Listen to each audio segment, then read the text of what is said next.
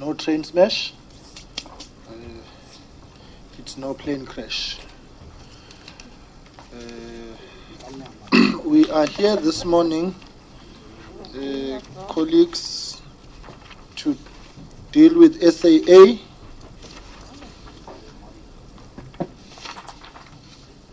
And water and sanitation on the non-submission to Parliament as per the letters sent by the respective ministers, public enterprise and water and sanitation. Water and sanitation, SAA was supposed to have appeared 2 weeks ago, and water and sanitation was not going to appear until they extended their own deadline for non-submission, and that of course raised eyebrows. It is the view of the committee that non-submission is not acceptable. We do not take kindly to it, because for us it spells bigger problems than ordinarily submitting.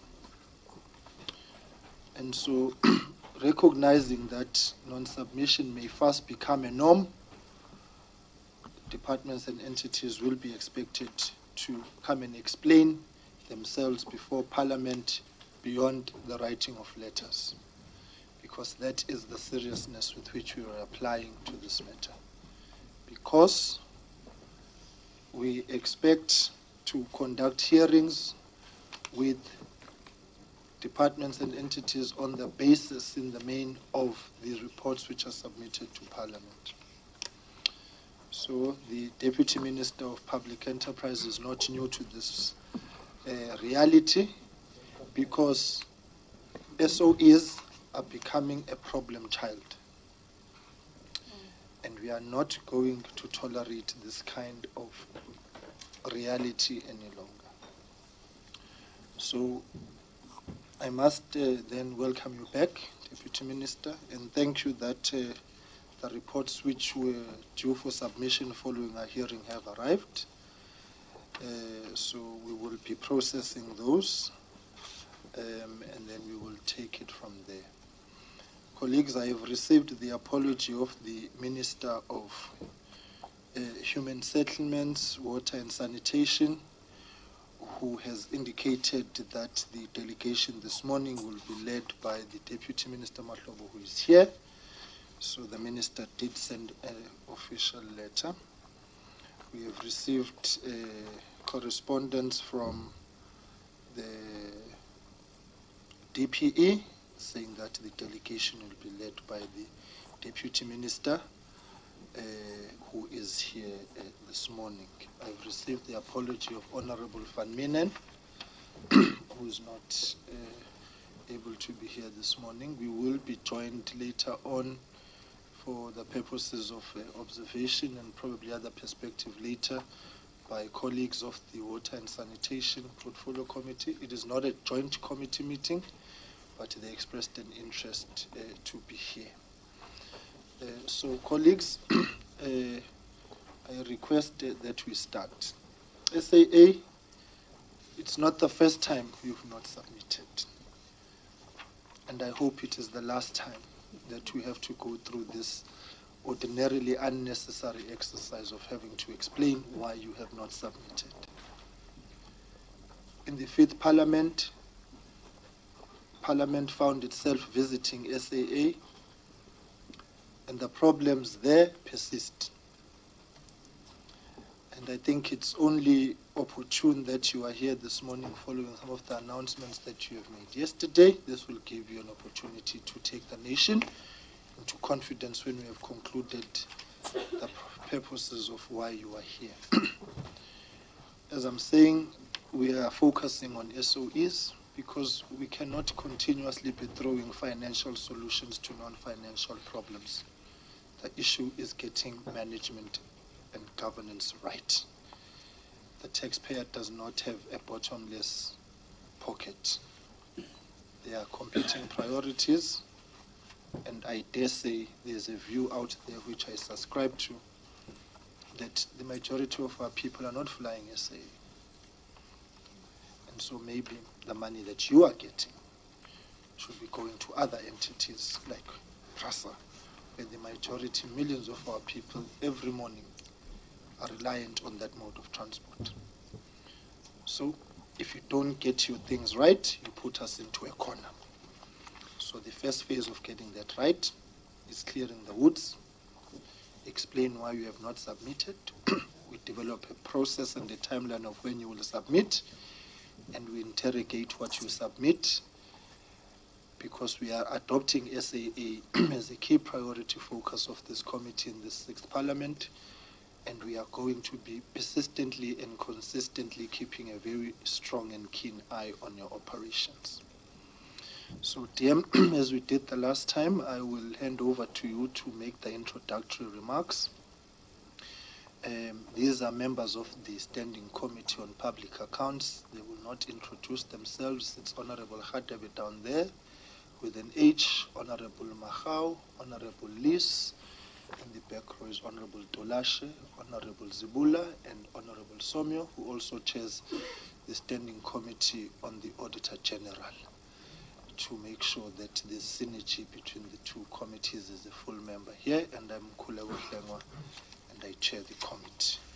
So on that note, DM, I'm over to you, and you can also then have your, we'll request that your delegation introduces themselves so we know who is here, and then you can make your remarks. And then what we'll do, colleagues, because we've got time, we will field questions patiently. I'll give a member about 5 to 8 minutes each to field questions back and forth where it's necessary, so your questions don't get lost. So okay, I think we can proceed in that fashion. Mrs. Dombi, are there any other apologies? All right. DM, over to you. No, thank you very much, Honourable Chair, and greetings to the honourable members of the committee. Just perhaps on a lighter note, the last time I was here, the Department of Higher Education took the time to leapfrog us in the opportunity to present, because I think the committee is in the habit of starting on time, if not just a little ahead of time. I see that Water and Sanitation was trying to pull the same trick, but they haven't made it this time around. I indicated, DM, earlier that what you did,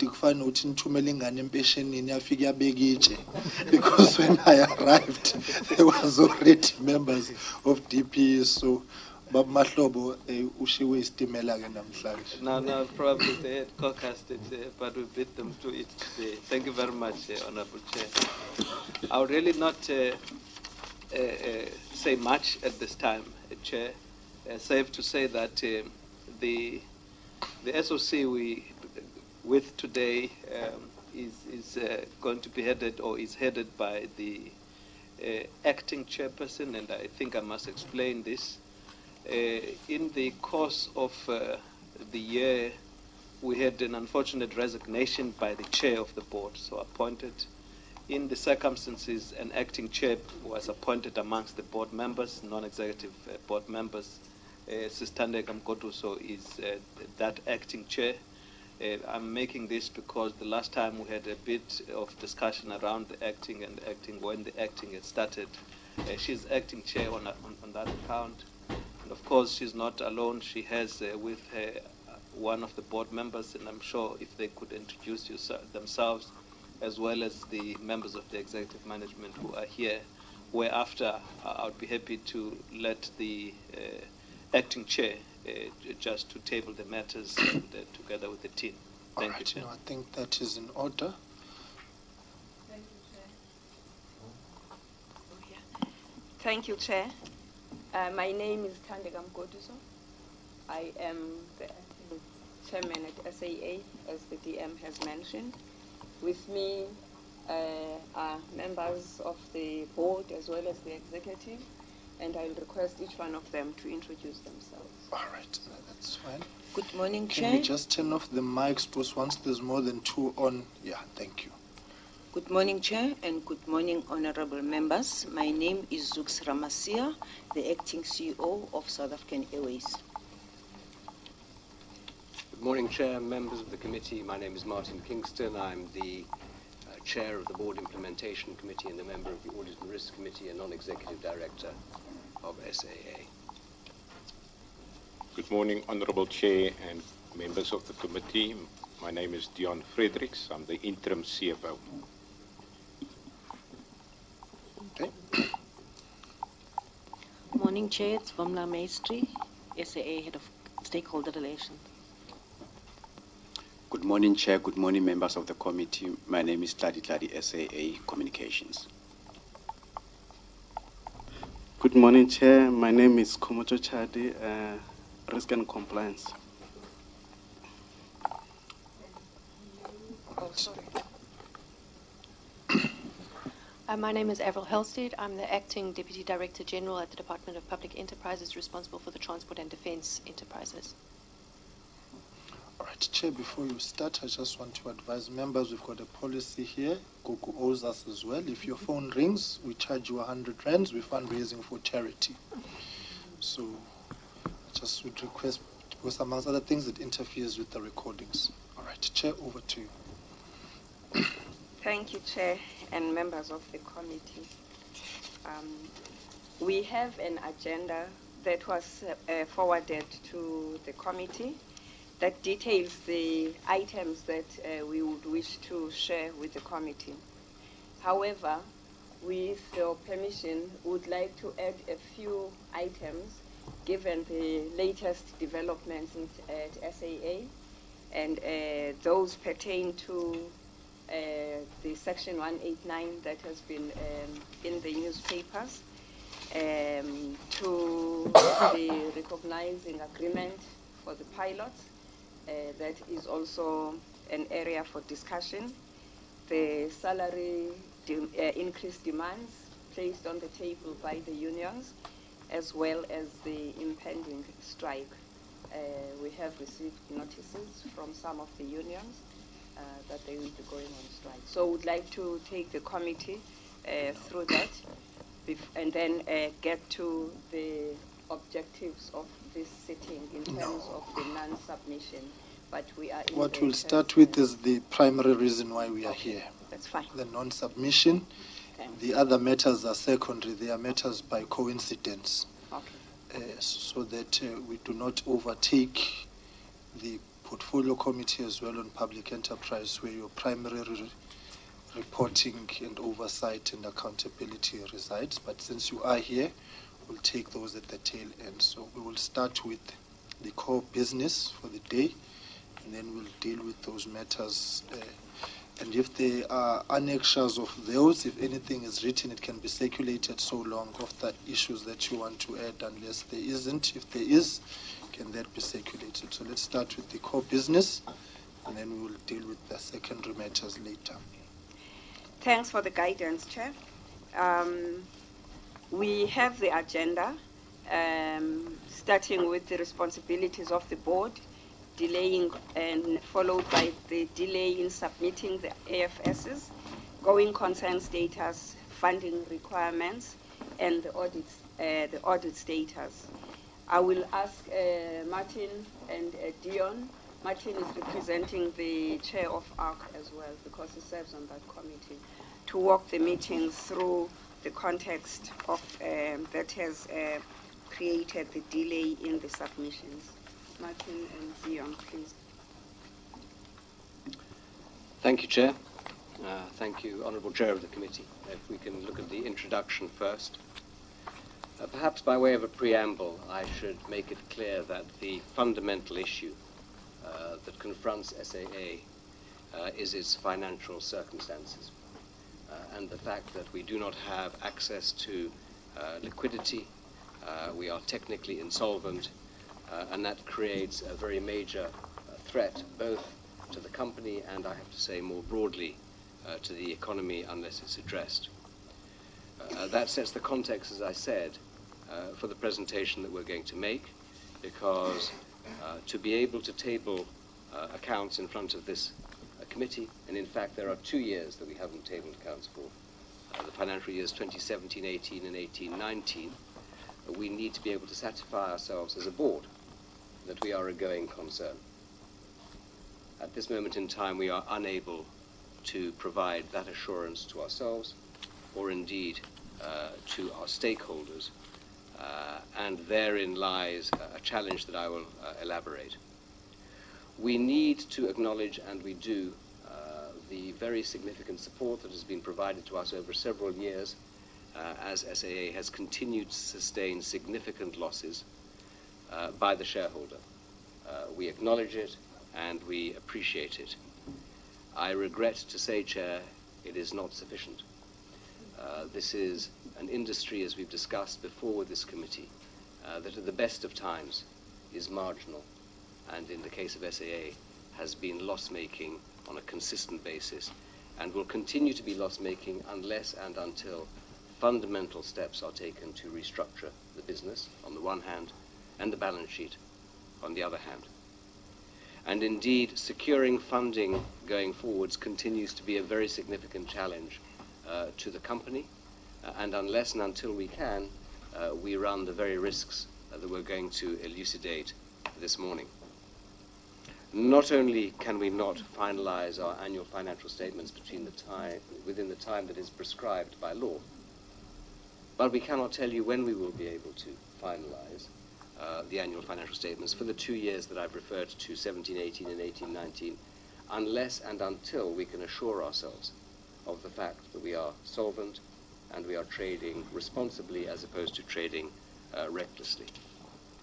The last point I want to also elaborate upon on this introductory slide, which is that although it is theoretically possible that we could prepare accounts on a going concern basis and that the Auditor General would then give us a disclaimed audit opinion, the board is not prepared to shoulder that risk. A disclaimed audit opinion effectively means that the accounts are of no value because the auditor is not expressing an opinion on whether or not they represent an accurate, true and fair reflection of the state of the company. If I can go to the second slide. It's important that we understand the responsibilities of the board.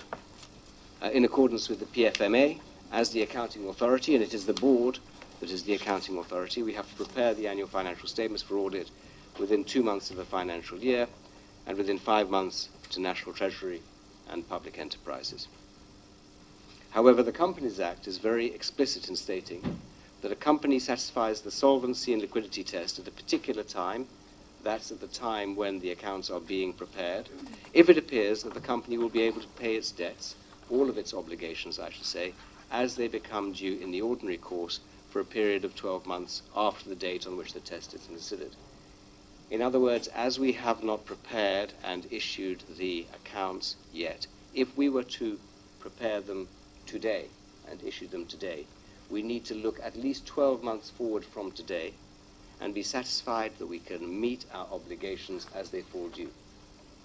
And I should explain that that means that we can't enter into obligations when we know that we don't have the ability to discharge those obligations when they fall due. It places the board under a very significant set of risks. As I've already indicated, they're usually prepared on the basis that the entity is a going concern and will continue for the foreseeable future. So the 12 months is a minimum, it's not a maximum. We should actually be looking ahead further than that. And to the extent we don't comply, as I said, that will result in a disclaimer with significant ramifications which we don't believe we're prepared to shoulder. There is an alternative. Instead of preparing accounts on a going concern basis, we could prepare them on a liquidation basis. To do that, we have to place the company into liquidation. There are some consequences that I have to say are catastrophic in the context of placing SAA into liquidation. In no order of importance, the first is that all of the loan agreements accelerate. It's a default under the loan agreements and under the lease agreements. You'll be well aware of the fact that we have 9.2 billion rands worth of debt that comes due, and we've had to shunt, I would say, from month to month. But our leases on the planes also will be accelerated. So we're not talking about 9 billion rands worth of obligations. We're talking about in excess of 40 billion rands worth of obligations that have to be settled immediately. Immediately. That has knock-on effects for the country much more broadly, not just for the airline. Second point I want to make is that when the company is placed into liquidation, the board and the shareholder lose any effective control. It is the liquidators that control the destiny of the company going forwards. Our ability to ensure that its actions are consistent with the aims and aspirations of the state evaporate. The liquidators' obligations are to ensure that the claims of the creditors are dealt with first and foremost. We've already applied for an extension under Section 61(7) of the Act to hold our AGM for the very reasons that I've already explained. If we go to the next slide, Section 22 of the Companies Act states that we must not trade or carry on our business recklessly. Indeed, when we're unable to pay our debts as they become due, it can be construed as reckless trading, and that in and of itself as gross negligence on behalf of the board with the intent to defraud. In other words, that we knowingly enter into arrangements with third parties or creditors when we're not able to satisfy ourselves that we can honor those obligations. It's a criminal offense on the part of the board. So reckless trading for us is a cause of extreme concern, let alone the reaction of our counterparties, our suppliers, our staff, our customers, all of whom have equal and appropriate concerns. We have, as a board, consistently written letters to the shareholder advising them of the risks that I have outlined to you this morning, and the shareholder, and I want to say specifically the Department of Public Enterprises, has confirmed its ongoing support to SAA. However, and I think this is in the public domain, we have yet to receive formal confirmation from National Treasury that the necessary financial assistance that we require to continue trading will be forthcoming, and that financial assistance can only manifest itself effectively in two ways. One is in the form of an additional injection of capital, as we've received in the past. The other is by providing guarantees to secure the debt from third parties. There are no lenders, I'm sure that Dion will elaborate if you want him to, there are no lenders that will extend loans to SAA currently without a full sovereign guarantee from the state. So unless and until such time as National Treasury is prepared to provide that, we cannot secure additional loans, particularly but not only because of our current financial circumstances. The risks of us ceasing to be a going concern are very significant. As I've already indicated, all of the guaranteed debts accelerate, the lease agreements become due and payable immediately. There are very substantial ramifications in terms of the impact on domestic and air and international travel, with consequences for trade, tourism, growth, and job creation. Of course, we're not just talking about SAA, there's knock-on effects for all of the domestic airlines that we're talking about here.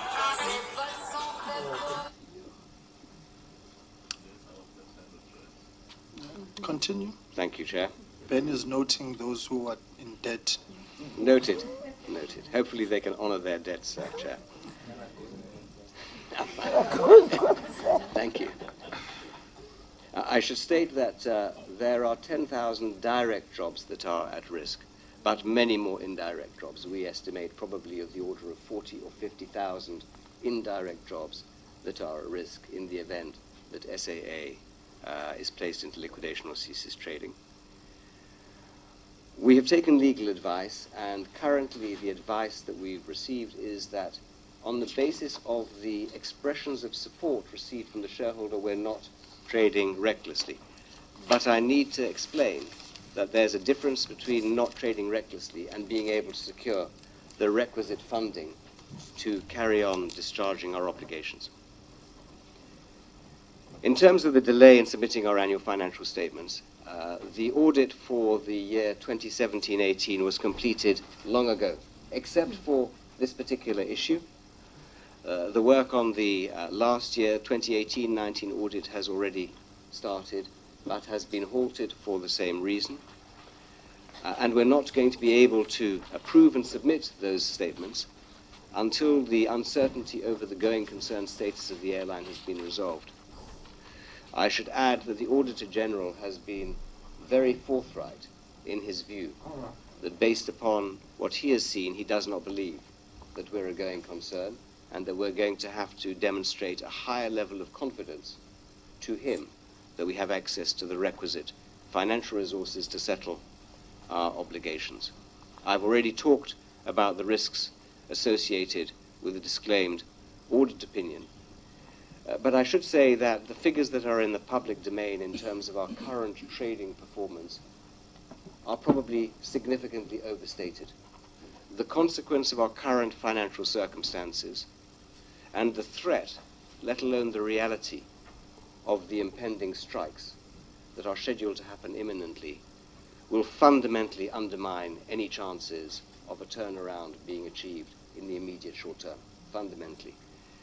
Just to put that into context, the cost per day of a strike is in excess of 50 million rand per day. That is before you consider the impact on confidence levels of customers who will try and make their bookings elsewhere, on suppliers who will want to be paid in advance, on regulators, not just in South Africa, but internationally, some of whom will not allow us to fly into their territories if there is a question mark as to our viability. So I have to say, Chair, that we are at the precipice now with the threat of impending strikes, which is why I think it is important that after we finish this presentation, the Chair of the Board should be allowed to explain the areas that she had touched on. All of this, I must say, despite the very significant support provided by the shareholder and most recently the commitment in the medium-term budget policy statement by the Minister of Finance to provide us with the necessary wherewithal to extinguish the 9.2 billion rands worth of debt over a period of time. That is not adequate, unfortunately, to address our current liquidity issues, and as I've indicated at the bottom of the slide, that is a very significant risk for the company. If I look at the going concern status, we have, as a board, regularly and formally on the 5th of April deliberated on the finalization of the annual financial statements for this current year. At that time, at that board meeting, we agreed that we were not a going concern until all of the following three issues were addressed. The first was funding of additional 4 billion rands worth of working capital. The second was the 9.2 billion rands worth of debt, legacy debt that I've talked about. And the third was addressing short-term debt of 3.5 billion that was maturing on the 30th of April. And that required explicit shareholder support and funding. The shareholder indeed has provided us with capital injection of 5.5 billion, 2 billion on the 31st of August, and a further 3.5 billion in September to settle the short-term debt, which leaves us with the 9.2 billion legacy debt that I talked about. Again, we've received an assurance in respect of that. But the balance of 2 billion, and the 2 billion was predicated upon better trading performance than we have experienced. So as Dion will elaborate, 2 billion is inadequate now for our requirements. The 2 billion can only be secured if we receive a government guarantee from National Treasury, and as I said, it's not adequate anymore for our requirements.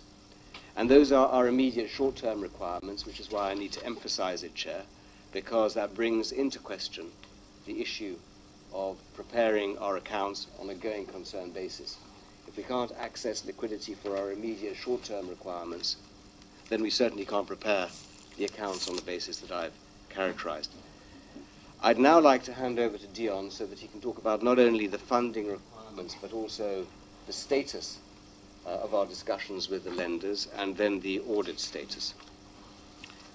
Thank you, Chair and honourable members. If we look at the funding requirements, as we've indicated, in the medium-term budget, provision has to repay that over the next 3 years. The bigger challenge is the 2 billion. We're currently in discussions with the lenders on the 2 billion. The lenders has in principle agreed to provide us with funding for the 2 billion. As Martin has indicated, that will be dependent on a guarantee from the shareholder. We had the discussion with the lenders if they would consider to provide us the 2 billion without a guarantee, and they've indicated they wouldn't be able to consider that. So it would be key that we require that support. It's important also to indicate, as Martin has indicated, the current challenging operating environment.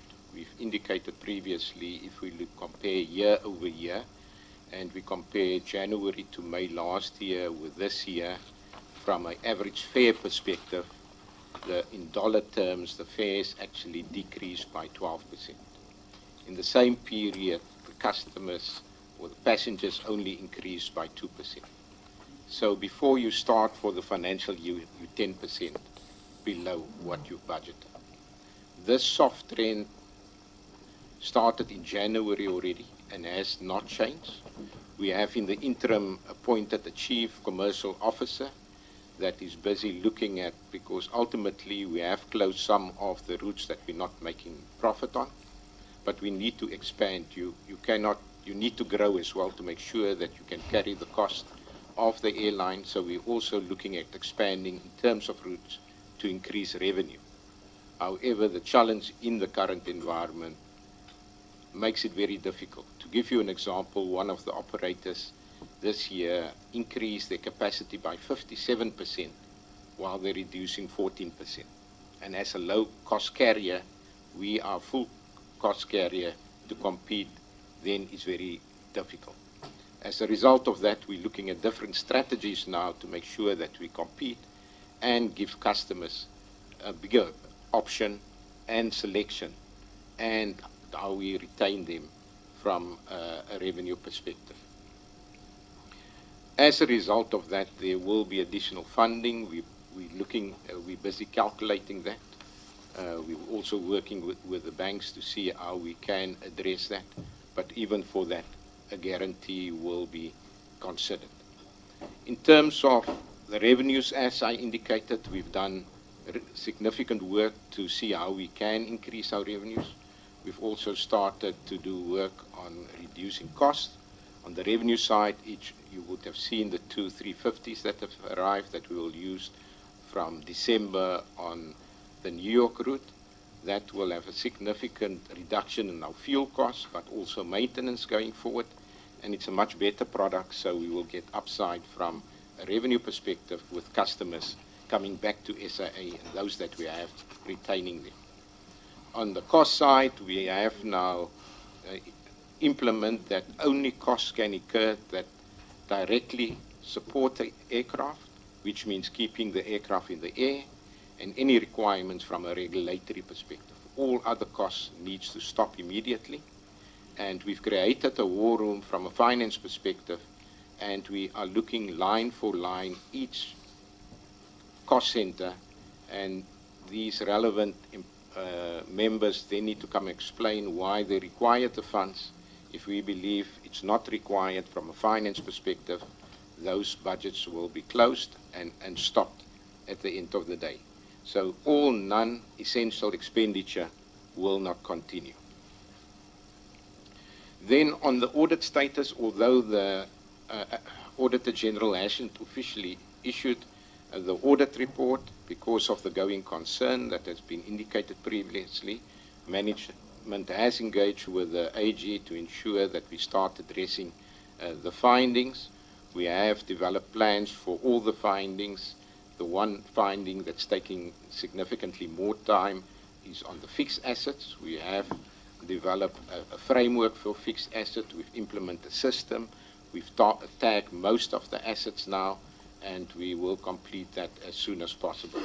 So as of 30 September, we have addressed 72% of those findings, and we'll continue to accelerate to make sure that we get at 100%.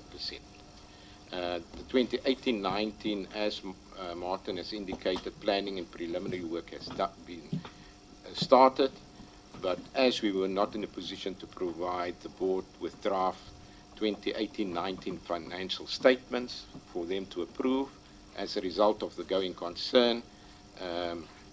That has not been approved by the board at this stage, and as a result of that, the AG indicated that they will withdraw and will come back as soon as we give an indication that we will be able to satisfy the going concern requirements.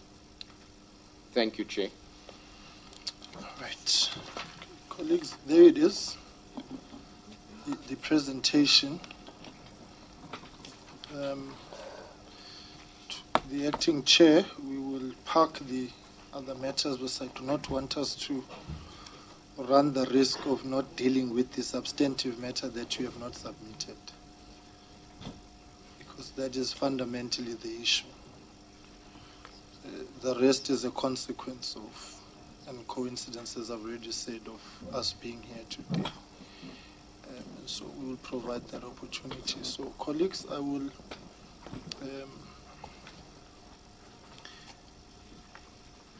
hand over to you, and then I will time you today.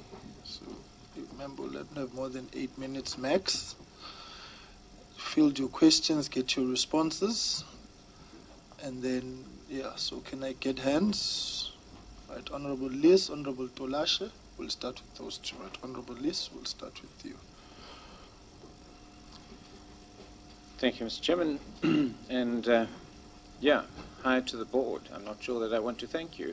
Thank you for the presentation at least, but not for the information as bad as it is. It would be nice if you could come here and tell us the financial statements. Yeah, you know, it's all done, everything's in order, but it's not the case.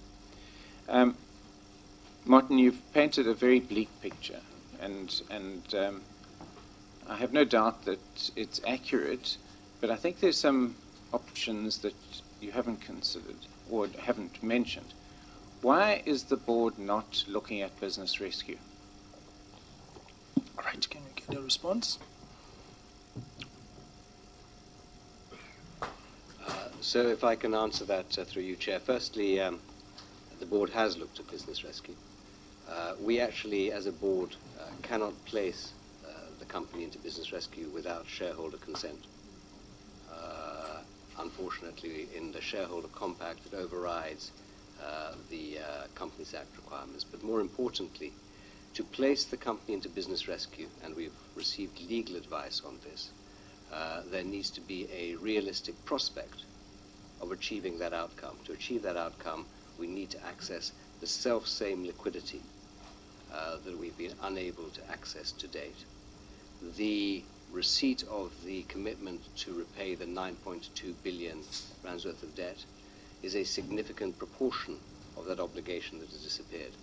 But if we can't see our ability to secure the requisite liquidity to be solvent for the next 12 months, then we can't place ourselves in business rescue. That is predicated upon the assumption that we will be able to turn around the business with access to the necessary capital.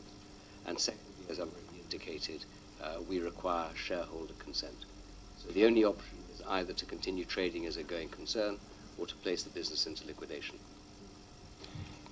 Thank you, Martin.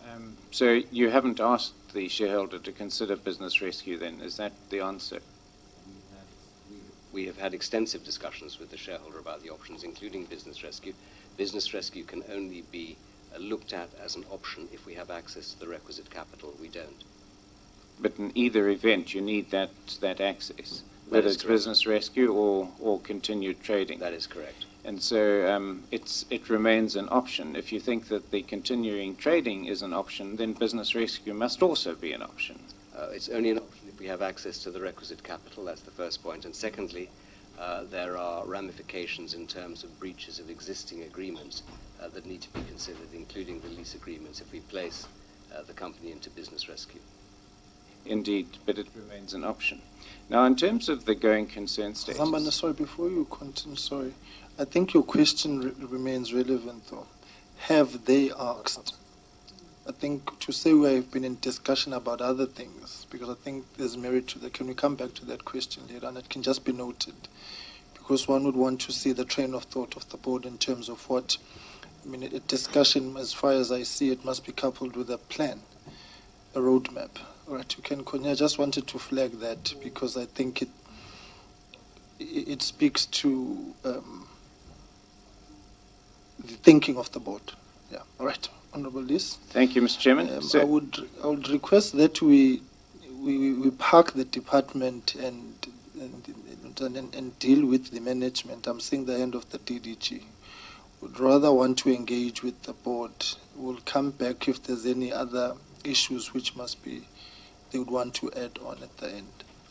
Right. If I can then specifically answer the question that I've been asked. We have formally tabled all of these options. We have not just discussed them on more than one occasion with the shareholder. All right. We have also been formally advised by external counsel that business rescue is not an option that is available to this board under the current circumstances for the reasons that I have outlined.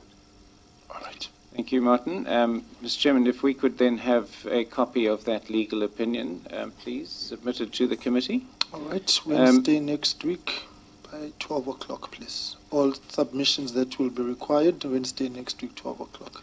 Thank you, Mr. Chairman. Let's just talk then about the going concern. The fact is that the 2017-18 or 2018 financial report has not yet been finalized and submitted. And the reason is that there are concerns about the going concern. So effectively, the board has been allowing SAA to trade as a non-going concern for at least the last 18 months. Isn't that true? So there is a distinction that has to be drawn. One is the assurance that we have derived from the comfort provided by the shareholder, that's the Department of Public Enterprises on behalf of the government, that the requisite support will be forthcoming. We have asked for and have received that assurance on a number of occasions, including in writing. That is different from having the ability to technically satisfy the board and the Auditor General that we have the financial wherewithal for the 12 months from when we finalize the accounts to discharge our obligations. That is the situation in which we find ourselves currently, and we have found ourselves in to date. Those circumstances, in fact, are circumstances where, on each occasion, at the last moment, the requisite support has been provided by the shareholder to enable the lenders to advance the required capital to enable us to settle our obligations. It's a highly unsatisfactory and dangerous position, not just for the company, but I have to say specifically for the board to find themselves in, because they're placing reliance upon a general assurance from the shareholder rather than a specific guarantee. The specific guarantee in the final analysis has always been forthcoming, but only at the last moment. And in this case, the last moment has come and gone. Financial statements for 2 years are outstanding.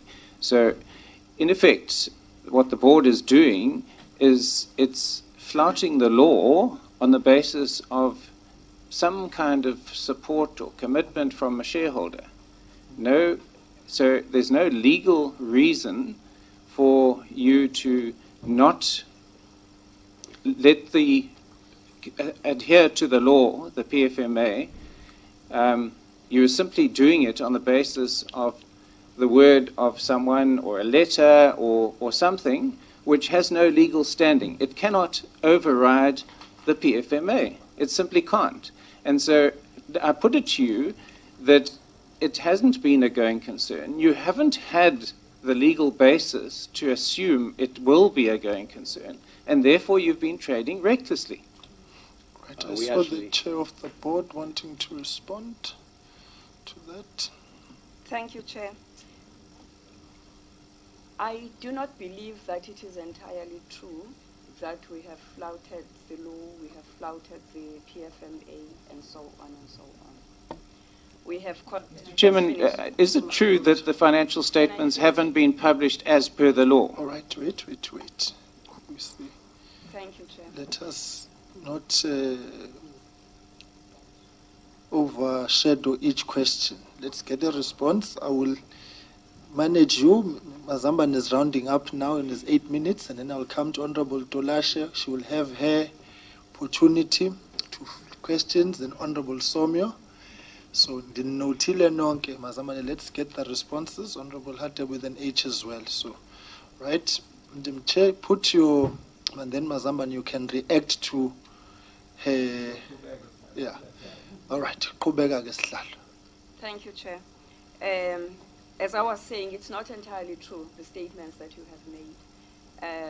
We have received unequivocal support from the shareholder, which support we have taken for legal opinion, and we do have legal opinion to the effect that that is enough. So we have not been in breach of any legal pieces of legislation. We have also written to the shareholder indicating the discomfort that the board has with the status where we have to rely on these letters, and consistently we have sought legal opinion. So it's not entirely true that the board has flouted the law, the board has flouted the PFMA and so on. Thank you. Thank you, Thandeka. I'm afraid that's your opinion, and certainly not my opinion. The law makes no provision for the financial statements to be held back on the basis of some sort of support. What form does the support take? You say you've got some sort of written support. What is the form? And, Mr. Chairman, can we have copies of that? And can we please have copies of the legal opinion that indicates that the board is safe? Because Martin and I have been across the table from each other a long time, Dion have, and they will recall the number of times I've raised the risks involved, particularly to individual directors, of continuing to trade. And Thandeka, your risk is very, very high, in my opinion. And so, Mr. Chairman, if we could get copies of that. Okay. And then the question, Mr. Chairman, of the MTBPS. There's a great deal of reliance being put by both Dion and Martin on the 3.5 billion contained there. It hasn't been approved by Parliament yet. And Parliament may yet turn it down, as I understand how the MTBPS works. Perhaps I'm wrong, but here we go. And it was provided for in the contingency reserve.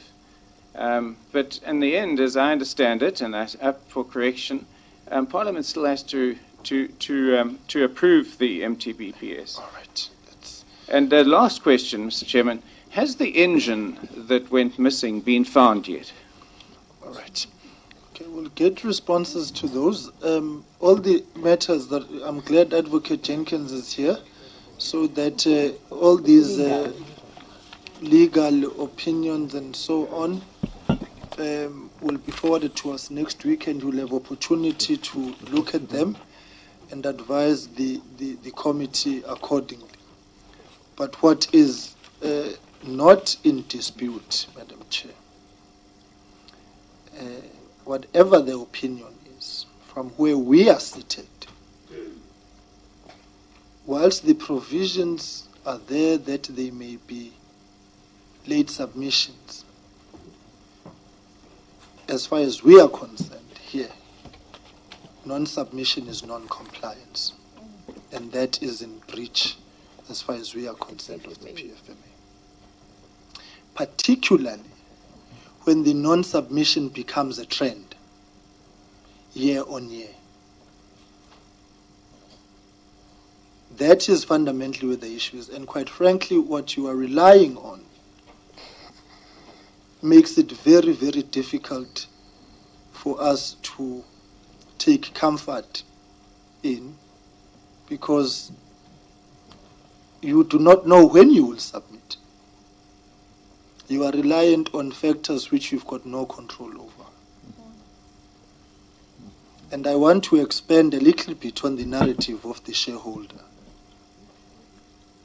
The shareholder is the South African public, the taxpayer. And they cannot be continuously expected to be held to ransom because the collective integrity of the board must be kept intact. No, you pay us the money. We need the money. No.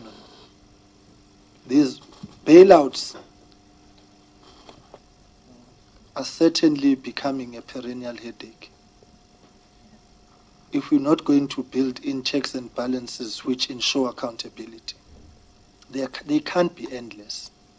And I think that is the basis upon which there's a discomfort. To what end? When does it end? I think that is fundamentally the issue, right? So all the legal work that you have worked under, same deadline next week. So you've got the time to collate and compile, and we'll have a look at that. So that, because at some point, I must just be frank now, we are going to put a date as to when we want that submission. We will determine a date, regardless of the circumstances. Because the narratives may first become not reasons, but become excuses. And we will assess that and make a determination. So what I'm saying at the outset must be very clear is that this is not open-ended. We will tie it down in one way or the other. Right? Let's get a final response there. Chair, just... Yeah, and then Honorable Tolashe, you will get your time. Right. Chair, just to respond on the 3.5 billion from the contingency fund has been paid already. It's the 9.2.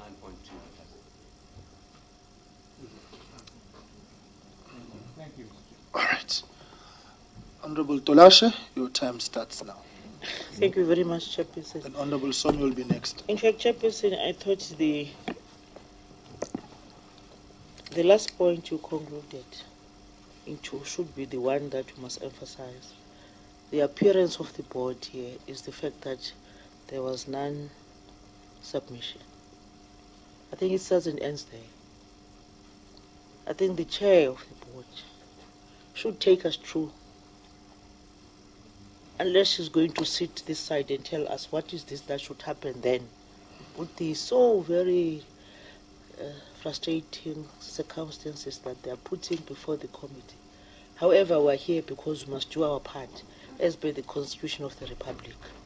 So if the chairperson of the board can just take us through that they have not submitted, that they still don't have a date to submit, then what should happen? For the fact that she emphasized the fact that they have not broken any law. For now, I think she said so. Yeah. Let the chair take us through. Because I am myself not convinced with the fact that she said they have not broken any rule. For the fact that they were made to come before the committee because they did not submit. And they are not giving you, Chair, the date.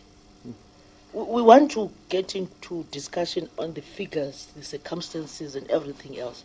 But the bottom line is what we are supposed to be doing, our role as this committee, to look at their reports that they did not submit.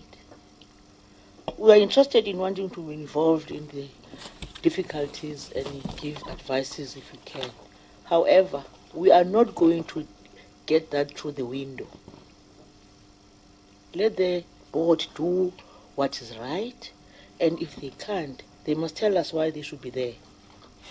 What should we still have? Because in the responses that they gave, they've put all the options to the shareholder, but we are not being told, then what is the bottom line? The board must tell us, with all what they've gone through between themselves and the shareholder, what is the bottom line? We quite are happy with the discussions that are taking place, what might happen, generally speaking, but we want to know what is the bottom line. Why should we have a board then? If all the difficulties that they are going through is what they are even reporting today, in fact, further telling us that in fact it's still going to be the situation anyway. we're here today just to tell you that kuzoba njalo waya. I don't think it's fair, Chair. I don't think it's fair. So the board must just take us through that. I hear that the other option was restructuring.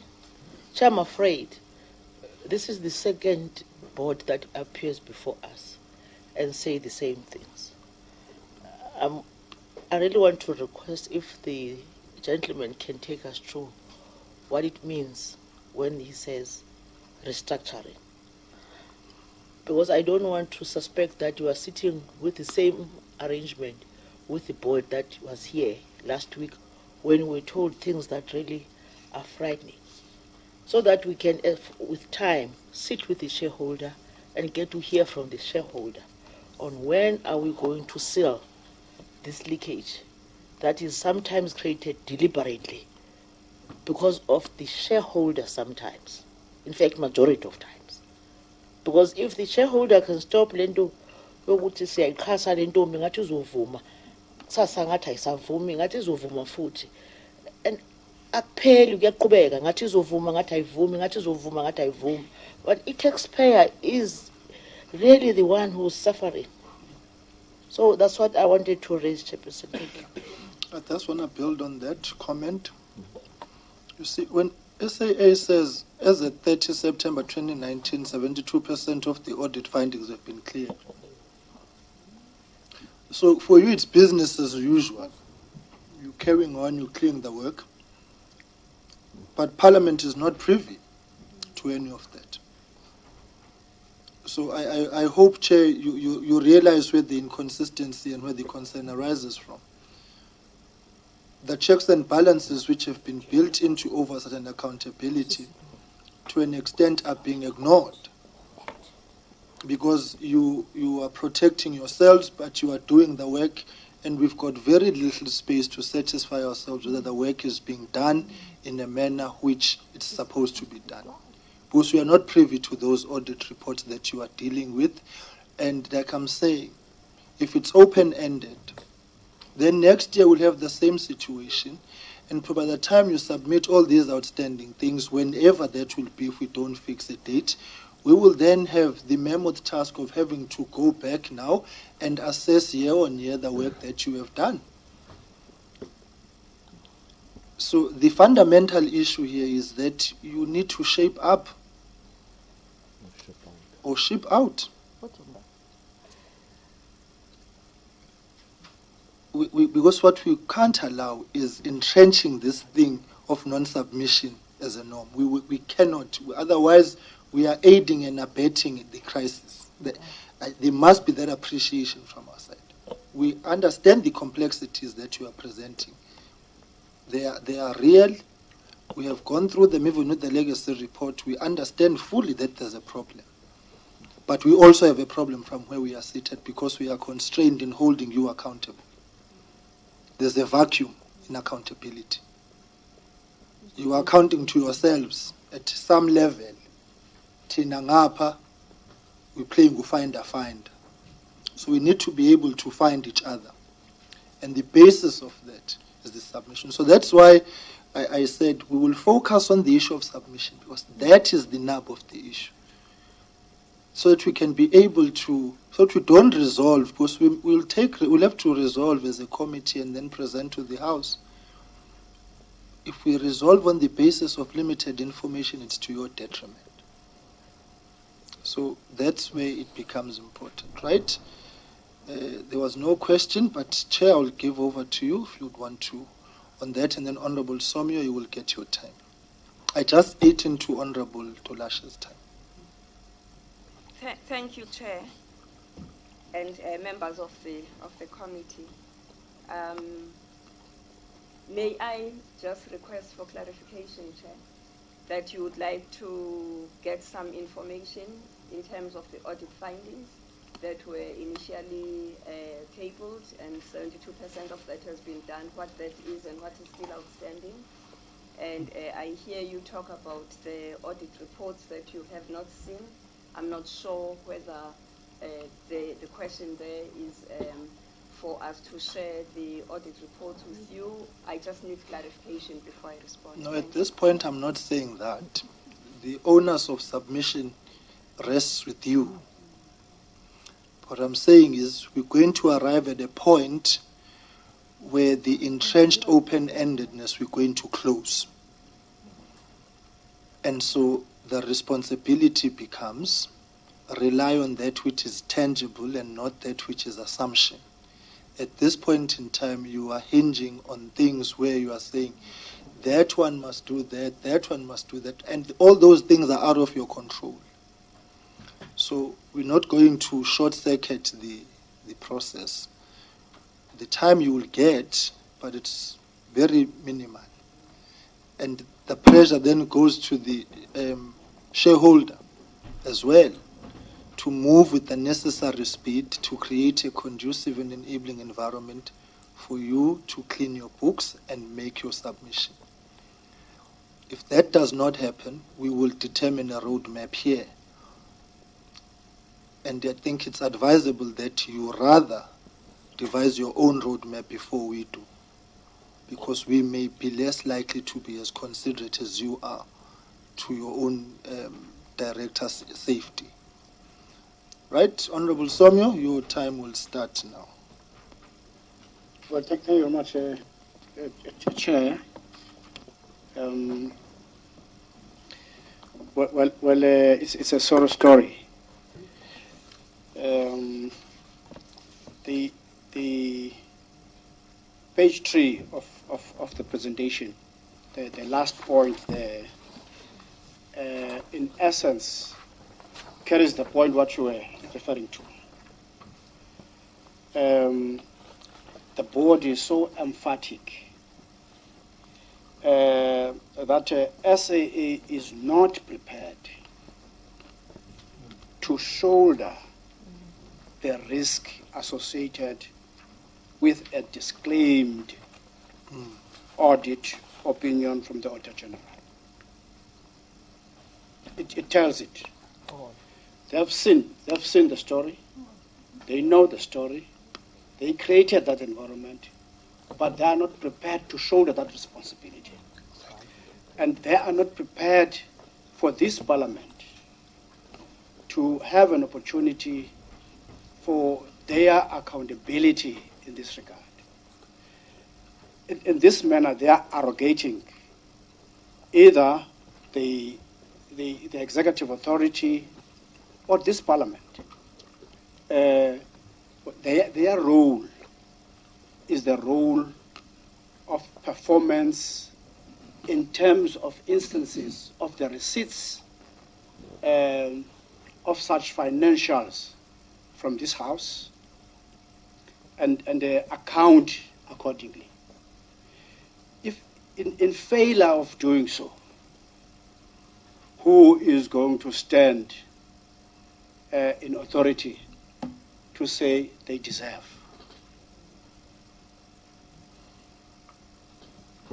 This House has failed to receive that account for 2 years successively.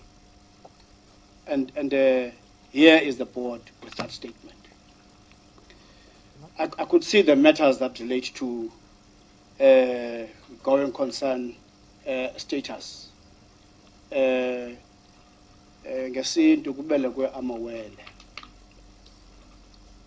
you know, and the situation is a bit, in essence, that the board is currently looking into itself more than anything else. So, Chair, if then that is the case, it will really mean that even in passing the tabled plea to Parliament for intervening in the space of SAA, if that continuously is being done without any tabling of such statements as audited, even this Parliament will be trading recklessly. So there is a problem here. Someone must assist us to be able to do our work quite appropriately. Thank you, Chair. Yeah. Right. Can Chair. you get a response to that? Thank you, Chair. Let me respond. We'll give DM the time in the end. You can respond to it unless it's urgent. You can come in after. All right. Thank you, Chair. Just to put the sentence into context. The moment you get a disclaimed audit opinion, you will have no credit extended to you. I'll just take one example. Currently, the fuel suppliers, where we used to have 21 days, some has reduced their payment terms to 7 days. So sorry, Chair. Sorry, Chair. What is the point of order? No, sorry, Chair. Sorry. But if you have had all those matters that relate to irregularity confirmed by the audit, we don't know them, you know them, you are making a statement that you are not prepared to shoulder such. It's in your purview to act appropriately. It's in your purview to commit in a just way what you are employed for in good practice. So when the audit confirms Chair, can I just explain some instances of irregularity, To respond. Don't worry. then you come to the platform which says you are not prepared to shoulder that risk in your performance of your daily duties. The Auditor General confirms such risks. That's not all. Yeah. You see, I think that sentence raises an anxiety generally. You see, that's the issue. But fine, I'll give you a chance to explain it. Chair, can I explain, please? Yeah, sure. That sentence Then the relates DM to the will come going in. concern. That's the only matter that sentence relates to. The fact that you're not a going concern, you will have a disclaimed audit opinion, not on other matters, just the going concern. So if you're prepared to accept to get a disclaimed opinion based on the going concern, I'm indicating what's the implications of that. We can have the accounts signed tomorrow with a disclaimed opinion. And I'm saying if you issue that disclaimed opinion from the auditors just on one matter, no other matter, the fuel suppliers will pull their facilities. It's 581 million that I need to find tomorrow. Tomorrow, no flight will take off. So apologies if it seems that the sentence was disrespectful. However, it's just to indicate the house is on fire. I don't think, no, it's not taken out of disrespect. We're having a discussion. We have not arrived at that point. Don't worry. The issue is, if you do what you are supposed to do, you will not have to run away from disclaimers. That's the issue. Right, Honorable DM? No, thank you. But I hear the narrative that you have you have presented, right, DM? No, thank you, Chair. Thank you, Chair. I thought I must just come in as well on this instance, so that there could be a meeting of minds somewhere, because at the moment there's too much reliance on one set of concerns at the expense of the whole. We may not have been innovative enough in the circumstances so that whilst the requirement of reporting and being answerable annually cannot be postponed, but rather because there was an avenue that there could be a delay in the submission. But I don't think the delay as envisaged was for it to be repetitive in the form it has become. So even ourselves, I'm just saying, we could have not exercised innovation as to be able, at least not to make Parliament to itself be derelict in terms of its oversight responsibility.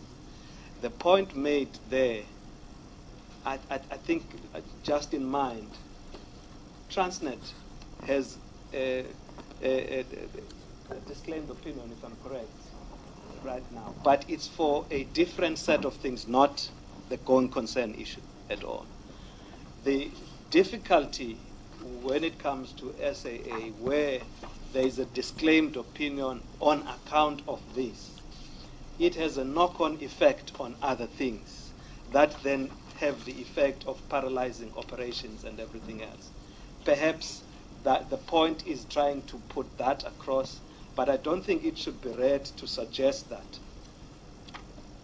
We of course, yes, we are averse to a disclaimed opinion, but in the event it's occasioned by certain things that are identifiable, non-compliance with this or that, there would be such that the statements are not considered as satisfactory enough to give a true picture of what is happening. Then there could be a disclaimed opinion in that regard. But I think the emphasis here has been more on a disclaimed opinion because of the going concern status, which has this unfortunate effect of triggering the other things. So back to where I was starting, where I think there ought to be a meeting of mind, perhaps maybe even between our legal team, so to speak, to work at what should make Parliament not to be derelict of its duty, at least that being imposed by us, exercising some of the instruments available, but also how should, at the same time, the reality confronting the SOC, in this instance, a very peculiar one in this airline, how should we accommodate all these without not seemingly reporting? I think that's where the meeting of minds has got to take place. All right, no, definitely that's fine. See, the issue for us, beyond the issues of the going concern, is in spite of the non-submission, work continues at SAA. And the non-submission creates a barrier for us to exercise the oversight. What happens to consequence management, for example, where there are matters which we expect there should be disciplinary action, your processes, contract management, whether you are compliant. The list is endless of where the difficulties are. There's certainly an appreciation, don't worry, of the complexities. But what we are saying is that, as you say, let there be a meeting of minds. Let us not create a precedent on this issue of non-submission. I think that is where the issue is, but I think the suggestion has merit, and we will look at it, the meeting of minds, when we receive our documentation, as we will give it to legal, and they will give us guidance in terms of how we proceed. The sequence will come to you. Right, there's a hand there for a final response on those issues, and then Honorable Hatebo, then H, Honorable Machau, and then Honorable Dex, and then we'll... Chair, I must apologize because I think I haven't properly explained or clarified the situation. There are only two bases on which accounts can be prepared, only two. And the board has to determine, not the shareholder, not Parliament, the basis on which the accounts are prepared. That responsibility rests with the board. The board can be replaced, of course. I would advise that in the current circumstances, we all need to think very carefully of the challenges that are facing SAA today and tomorrow, not last year and not next year. Those bases are either on a going concern basis or on a liquidation basis. There's no middle ground. It's going concern, or to table our accounts, we have to do it on one of the two bases. We do not believe that it is in the interest of the company or its stakeholders, let alone the country at large, to prepare accounts on a liquidation basis, because to do that we have to liquidate SAA with all of the attendant consequences. What we are seeking to do is to prepare the accounts on a going concern basis. The challenge that confronts us is that to do so we need to be comfortable that we have access to the requisite funds for at least the next 12 months. There is an option, which is that we can table our accounts on a going concern basis, and based upon our interaction with the Auditor General, they can be qualified, because the Auditor General does not agree at the moment, based upon the information that's been provided, that we are a going concern. My worry, Chair, is that that places us in exactly the same position as if we were to liquidate the company effectively. Because when our auditor says that he doesn't believe that we're a going concern, the ramifications will be exactly as Dion has outlined. Nevertheless, as a board, I think we should take away the feedback that you have given us, and we should apply our minds as to whether or not, despite the risks that will be run, and we will obviously have to discuss it with the shareholder, we should table accounts that are either on a liquidation basis or on a qualified going concern basis. I think, no. We're going to complicate this thing. Yeah. Because the fundamental issue is that we are saying, develop a roadmap which says to us, when are you going to submit? We are not dictating the terms and conditions upon which, whether it's on going concern or on liquidation. But what we will not allow is that you continue operating without oversight and accountability. That is not going to happen. There is a full appreciation of the complexities here. I think that must be clearly clarified from the word go. That non-compliance is exactly that, non-compliance. A failure to submit, we take a dim view on that. Because if we start operating on the basis of beliefs, then I can sit here and narrate the beliefs of this committee until the cows come home and say, I believe you should submit. No, we don't want to do that. So let's not muddy the waters. The issues that members are raising are to draw your attention to the parliamentary risks that you run, which compound the risks that you already have. You've got other risks. We have got a duty and an obligation, and we have approached this with a mind to cooperate, to collaborate, and to provide solutions. That's our view. But if there is no appreciation on the part of SAA that you have not submitted and that is non-compliance, you're not going to have a problem. That is the point upon which we must first agree on. Yeah, and that is why I was saying the intervention of the DM goes a long way. Let us find a space and time through legal for a meeting of minds. We are not ignorant to the risks that have been raised. I'm saying the processes of this thing, insofar as Scopa is concerned, are not new. Scopa went to SAA. We've had a series of interactions and engagements with SAA. And it is the second time you have not submitted. So do we sit here and bend over backwards on the basis of understanding? We can't. We need to lay the law down. So you operate within the parameters of that law. So let's not, I'm trying to not get the members agitated. I think this hamburgers. Right? Mr. Chairman, I'm sorry, but... Then Honorable Somi will come in and will tie this down and then... On the point there. All right. Martin, you don't have the option to decide on what basis the financials are issued. The facts decide that for you. And you have a deadline to meet as a board, and you haven't met it for 2 years. It's not your decision as a board what form those financial statements take. It's either a going concern or it's not. And you have an obligation to present those reports, no matter if it is not a going concern, no matter if it is a disclaimer. That is the obligation of the board. You can't sit like some super controller and decide, well, I'm not going to stick to the law this year and the coming year because I fear certain consequences. Right, Honorable Somyo. Dirk, nehlisa umoya. Hamba kahle. The DM was my premier. And he was the MEC. We're faced with a similar situation at some stage. We had to deal with it.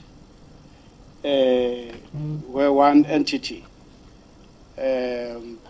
could not satisfy the going concern status. And the financials of that entity were audited. The audit reached its own tail end. And the board, with such financials, would say, this is the sticky matter. How do we deal with this sticky matter? And we could not fail to account, because we knew that it is our responsibility to meet the requirement of accountability.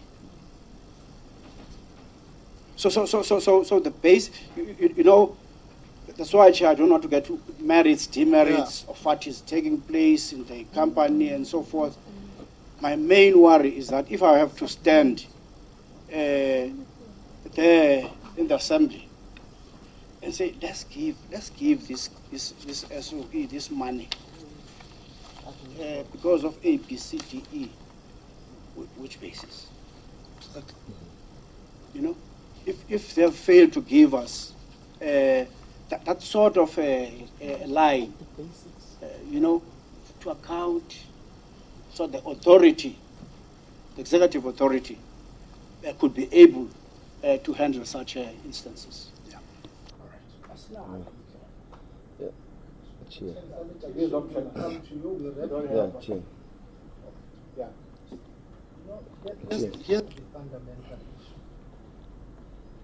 We cannot cherry pick compliance. That is the issue. And what triggers the committee, the SAA must have a full appreciation of this. It's the second time. That's the issue. So SAA, when it's in a corner, Parliament will understand, no?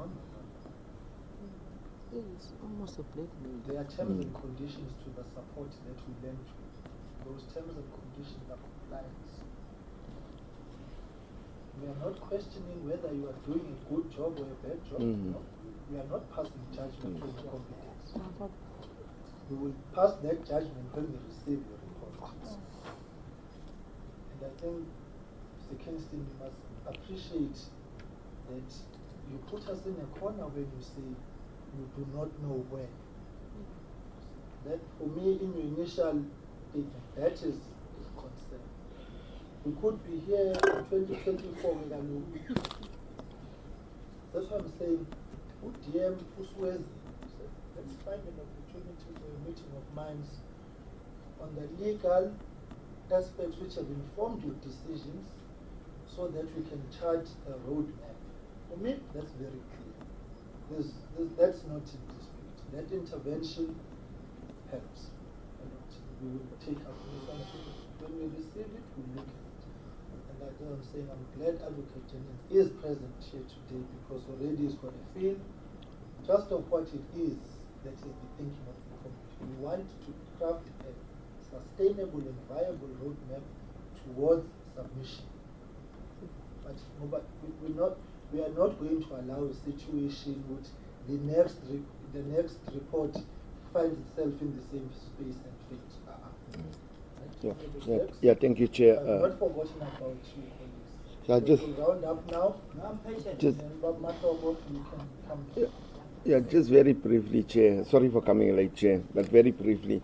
Chair, this is a very peculiar situation. It is not, from what I'm hearing, it's not that the board, they cannot submit their financials. And the gentleman next to the DM have confirmed it, that they can sign it off this afternoon and the financials are submitted. It's not that they cannot submit, they can submit it. The problem that they are having is they're running away from the disclaimer, because they are saying the disclaimer will negatively affect the business. and he made an example of the fuel. But what we are saying in Scopa, no. You must go and you must submit those financials. You can't tell us that no, because of it will affect the business negatively now, we will not submit. You must submit. It's the law and you have to submit it. Because as Honorable Somio says that, how do we justify giving your bailouts when you don't want to submit financials? Say Scopa, we say you must submit tomorrow, you must go and submit those financials, sign it off and submit it. And then we'll deal with the merits of the business, we'll deal with it later on, but financials must be submitted. And I still want to hear the response from the question that the Honorable Tollers have asked. The person, the chair of the board, has said that they've done nothing illegal by not submitting. She must respond to that issue, because I want to know, she really says it's nothing wrong with that they've done by not submitting. It's not illegal. She must respond to that. And then please don't write English like that. And I think that's what made the members very, very angry. That last point there, don't write English like that. You see, SAA is not prepared to shoulder the risks associated with disclaimer, with a disclaimed audit opinion from the Auditor General. You can't write like that and bring it to the committee, because they are going to deal with you for that kind of.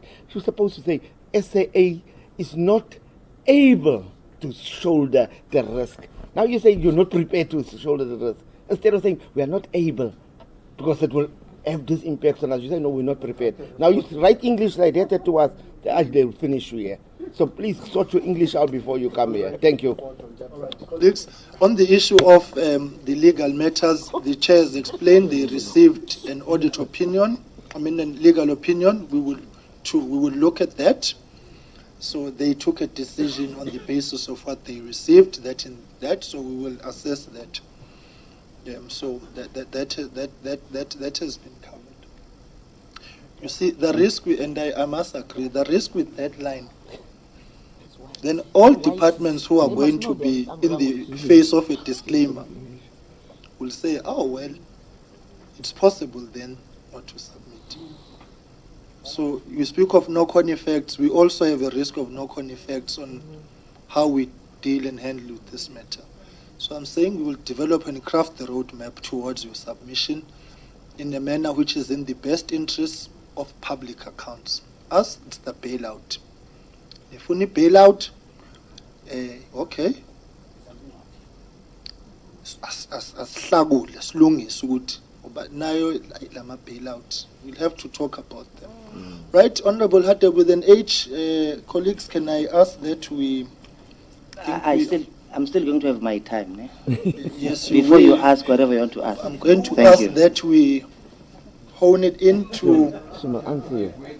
She must answer your question. Yeah, but there's still the issue that the chair wanted to raise with us to take us into confidence. So, yeah, there's still those matters that the chair had listed about the strike, the pilots, and so on.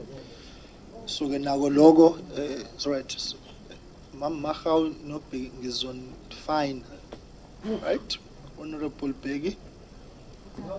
We're saying in between who's Jeliteg or now and then. So I'm saying that should not cripple our time in terms of engagement. I think, let me get the first clarity from the board. We are saying the board is non-compliant, first and foremost, for not submitting the annual financial statement for 2 years in a row. And we want to get an understanding, when are you going to submit? We are clear, the legislation, the PFMA, does allow you to give us reasons why you have not met the prescripts in terms of submission. But what the legislation does not give you, it's the deliberate decision of refusing to submit because of the going concern. The legislation does not give you that power. And you are saying to us, Chair, you have not done anything illegally. I therefore want to ask a direct question. Which legislative authority gives you a power to refuse to submit financial statement for 2 years in a row? If you are saying to us, you have, so that when we engage, we are all on the same page. Give me that response first and foremost, so that I'll continue with my question. All right. can respond to that, Chair, I think hint to it is when will you submit if there's a roadmap? I think that was the mini question which preceded the main question. Thank you, Chair. Thank you, Committee.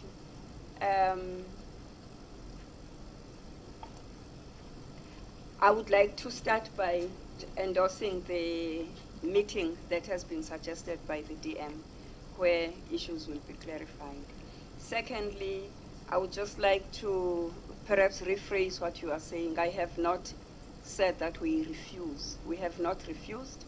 We have consistently engaged with our shareholder and to explain the reasons and so on. And we have sought legal opinion with respect to this matter.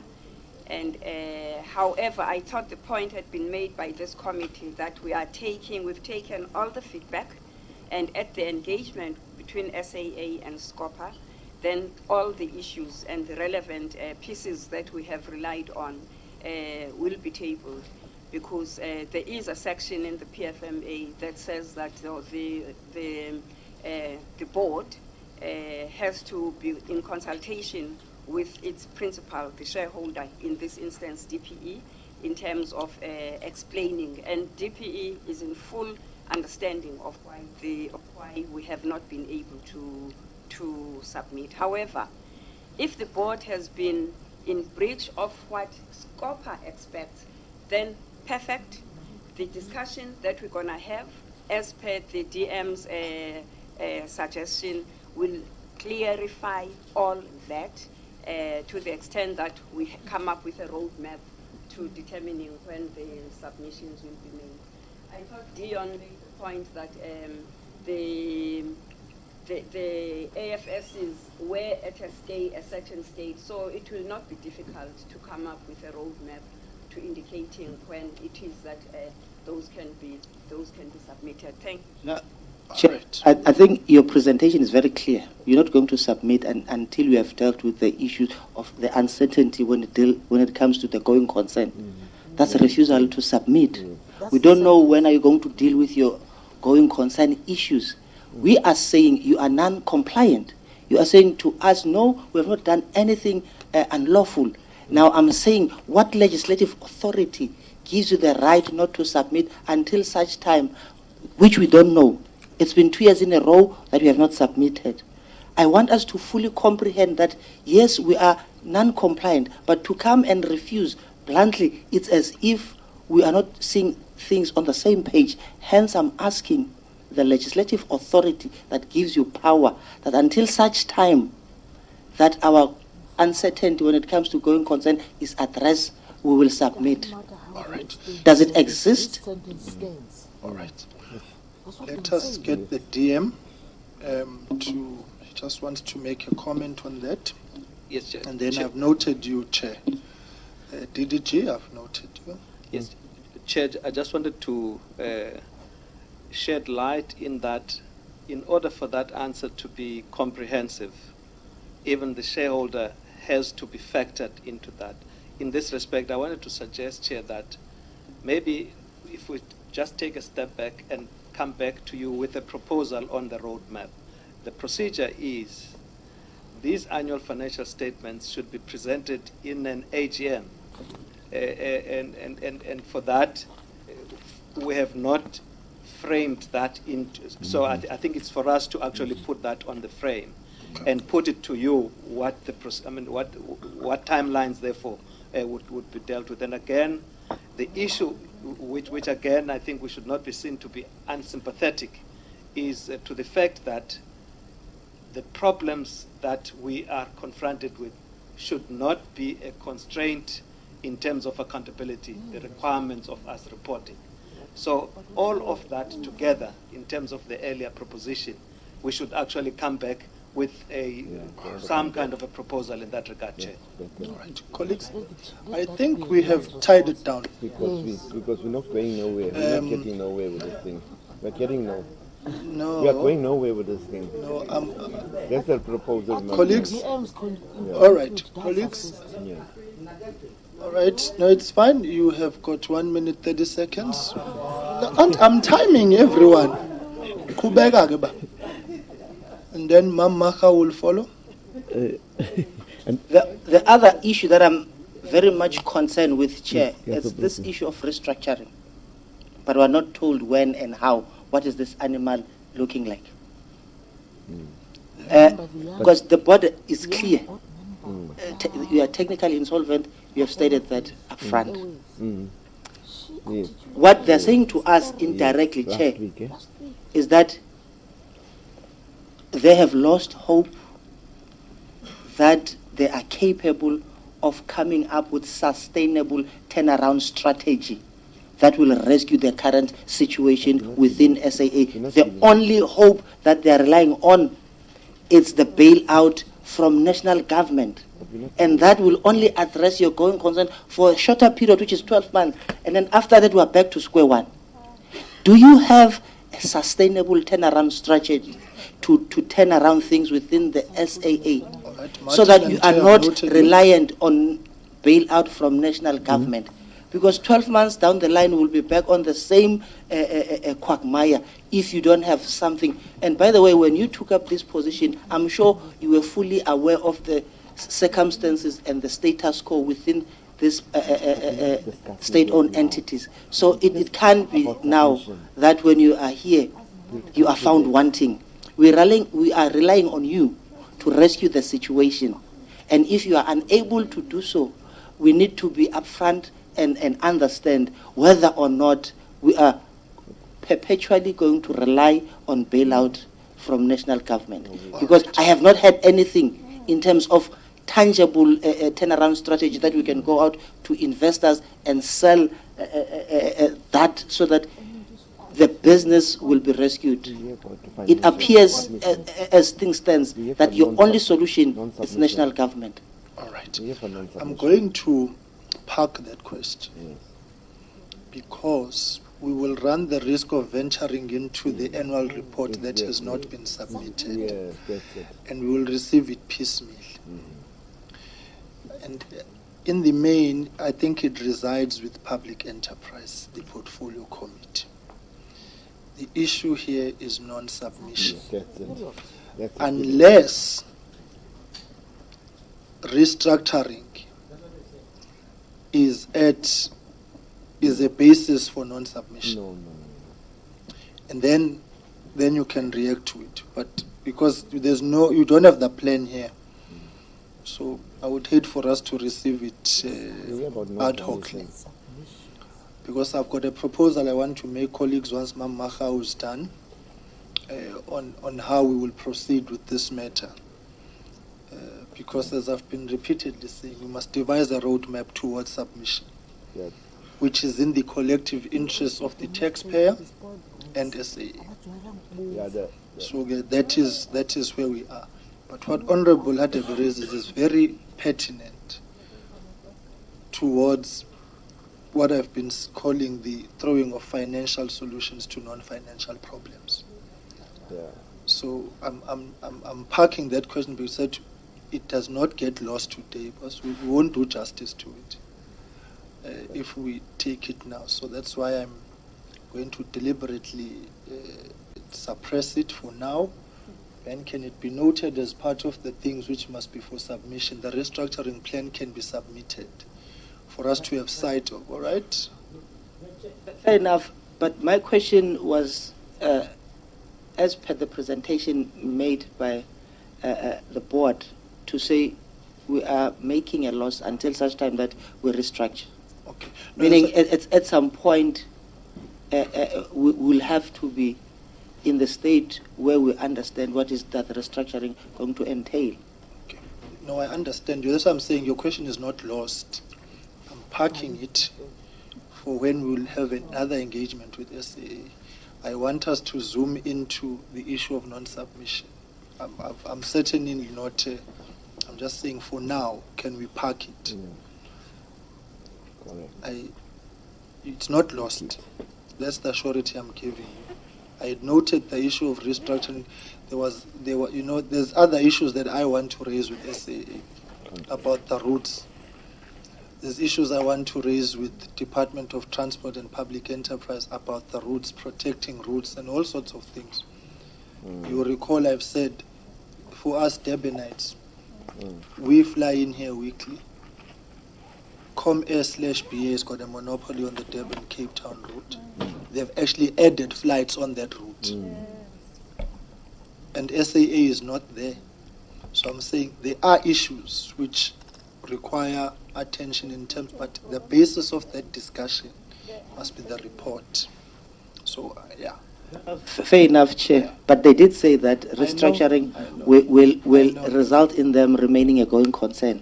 So meaning if they don't restructure, we'll put it will as not part get of the package. will not get our annual financial statement We'll put in it the as near part of the package of the roadmap. Let's put it in the package of the roadmap, right, Ma'am Makau? And then I will just want to make a proposal, colleagues, on how we move forward. I think. Thank you. There's the premiers. There's the premiers. Thank you very much, Chairperson. The two MECs. And good morning to my former premier. I was once an executive. Let's be in order. Let's be in order. Let's be in order. Let's be in order, please. No, Chair. I'm just saying. Don't explain. Don't explain. No, I was. Right? I was saying, Chairperson, good morning to my former premier. I was serving under him. He was very strict. Yes. So I'm surprised now he can come with the board without a report in front of us. Because he would never accept. But that's my problem, Chair. Colleagues, no. He would never accept that colleagues, as their different, as their MPCs. Let's not lose focus, please. No, I'm not going to repeat what my colleagues has alluded to. But my concern is that we are a very lenient Scopa. Because we called this board precisely for them to explain to us why they submit. Immediately after we hearing that they have no report in terms of giving us the dates of submission, we're supposed to drive them away, not wasting our time hearing all the stories that we have listened to. However, it is going to be of vital importance, maybe, Chairperson, in your summary, to make a point that there is a date put on the table. I heard a proposal from UDM, but I believe he is still acclimatizing with the situation of, otherwise he would not even come here himself, having no report with board yakhe. But we acclimatize the situation akuyo. Before you come to Scopa as an executive authority, you call the team, give the report to me before you give it to Scopa. Immediately, without discovery, but there is no report, you phone the chairperson, please, we do not have a report, so that you give us another date. But however, I'm saying that what we need as a Scopa, we need a report, a clear way forward when the report, the AFS, will be submitted to AG. Thank you very much. All right. Colleagues, I will propose as follows. The reasons have been given. Whether we agree with them or not, we will decide when we meet as a committee. The various factors, including but not limited to the issues of restructuring, which Comrade Beg has raised very sharply and very correctly, going concern, the legal dynamics which have been presented, and the advices, and the many other factors. So I suggest, colleagues, that we meet on we give SAA time, and we meet on the 27th. We've got a very tight program, I know, at 6. It's the only time that would be available to us. Otherwise, it's Friday, in the evening. Otherwise, it's a Friday. So on the 27th, at 6 p.m. And at that meeting, Public Enterprise, National Treasury, Auditor General, SAA, at which we expect a roadmap which leads us to a process of submission and answering the various questions that members have. So I commit, Honorable Beg, you'll be first off the bat, and your question on restructuring will be answered then. Why I do this, colleagues, is we had wanted to understand the nature and circumstances which led to non-submission. They have been explained. We have interrogated them. We have our views. We will adopt a position as a committee. So we will not submit a report to the House just yet until that engagement has taken place. Because we need to push back on the normalization of non-submission. Because once one department or entity entrenches it as a norm, the floodgates will open. So there must also be that appreciation on the part of SAA and DPE that this exercise is also to protect Parliament from a situation where we are unable to do our work. So the AG, the matters that you have raised will speak to us. So we will make that application, colleagues, to the House Chair for the 27th. So it gives you 2 weeks, SAA DM, to go and we on that day we don't want to hear the reasons. We want to hear the process that will be followed, which will lead us to submission. Because we're dealing with 2 years now of non-submission. That is what makes this a special case. So I think that is fair on every part. And to say this to SAA,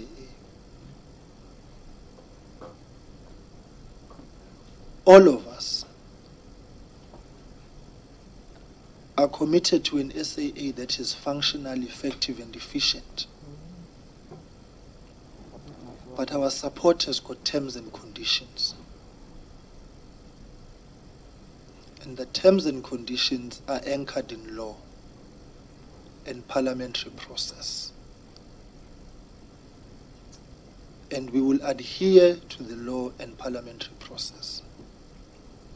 Because we can't use the provisions of the law which are necessary, which provide for non-submission, to find themselves abused because they create a safety net for interests outside that which is within the law. So that's the issue. We've got a full appreciation. I think the committee fully understands the nature and circumstances which have caused this, but it can't end there. It can't be open-ended. So, colleagues, we will have and can Advocate Jenkins been given all the things he needs next week, all the legal work, so he can help us prepare for the 27th. You can carry on, Advocate, don't worry. So that he can help us prepare for the 27th. I'm hoping that meeting will be constructive, so that never again shall it be that there's no submission. We don't like a non-submission at all. It's an enemy of this committee. We're not friends with it. Yeah, right. So, colleagues, if you... Yeah, right. So what will happen, all the things that need submission for our preparatory work, we'll send correspondence no later than tomorrow. Then we receive all of that by next week, Wednesday, 12 o'clock, so that members can have the opportunity to look at it, and then we can take it. Colleagues, if there's anything else you'd want to add for that day, we will discuss it even offline, so that by the time I finalize the correspondence, all the views are in place. So at this point, we are flexible. Our flexibility ends today, Chair. We are not going to allow ganga lento ungasubmit. I always tell the story that my little one, when he visits ugogo, ufika kagogo enza umathanda. Mayesebuya ngithi ngiyamkhuza angitsheni kade kagogo ngoba kagogo he can jump on the bed, on the sofa. Manje ke akhona kwagogo emsebenzini. Sonke fanele senze umsebenzi. Sizosebenza ke. Right, Honorable Hadebe, I saw your hand. DG, I will come to you. I know you. If there are issues, I will come to you after Honorable Hadebe. Chairperson, you can then give a summary of the issues that you wanted to raise. And then DM, you will round up, and then water and sanitation will come through. Right, Honorable Hadebe. No, thanks. I'm covered, Chair. I wanted to ask if are we no longer going to get the summary of the issues, even though we're not going to engage with them, at least now that they're here, just to appraise us on current status quo. I think it will be fair to advance that to the Chair because she had made that request, right? DDG? Chair, I think what I was going to explain was where are the sections in the law that provide that SAA is not in compliance with the law, that they are in compliance with the law, but I think it will be covered by the process. But just to also reiterate the point here, which is there are very dire ramifications for the fiscus. So if we got the disclaimed audit opinion, or if the company was placed into liquidation, there would be immediate payments that are required from the fiscus All of right, 9.2 billion. Let's take that to the 27th. Yeah, there are your 10,000 people that would lose their jobs. That's fine. And there would be dramatic effects for the economy, and that is what has been borne in mind in the all right, DDG, that's fine. SAA reaching this decision. But we will go into this in detail in the meeting. No, that's fine, but you trigger something. Yeah. On the 27th, do not make the mistake of coming to wanting to justify your non-submission. You must submit. That must not happen, because the application of the law needs to be rational. The provisions to not submit in this case have proven to us to be not rational because it's been 2 years of non-submission. The law provides for non-submission. We received the correspondence. We were flexible when you were unable to come the last time, when we had asked you to come 2 weeks ago, and now you are here. And what we are saying and laying down very firmly is that if we cannot find each other on that basis, we will have a serious problem. Okay, so let's not muddy the waters. The provisions of the law of non-submission are not there to cater for what we have discussed. So I'm ending it there. Yeah, right? Chairperson of the board, you had wanted to raise 4 matters. You will have not more than 10 minutes to do so. Oh. You can give us an executive summary. Let me put it this way. Speak to the nation. Thank you, Chair, and the committee. We are traversing a challenging period at SAA right now. We have an accelerated long-term turnaround strategy which is anchored on 5 pillars. One of the pillars is that of organizational design.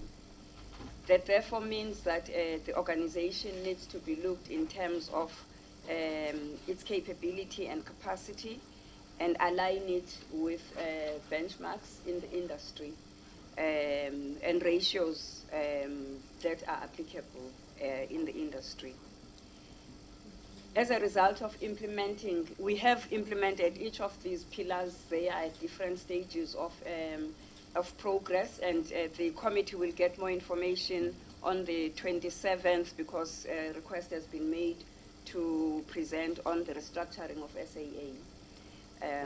It's not just the funding, it's 5 pillars on which the strategy is based, and this one is on OD, and we therefore are implementing that leg of the strategy.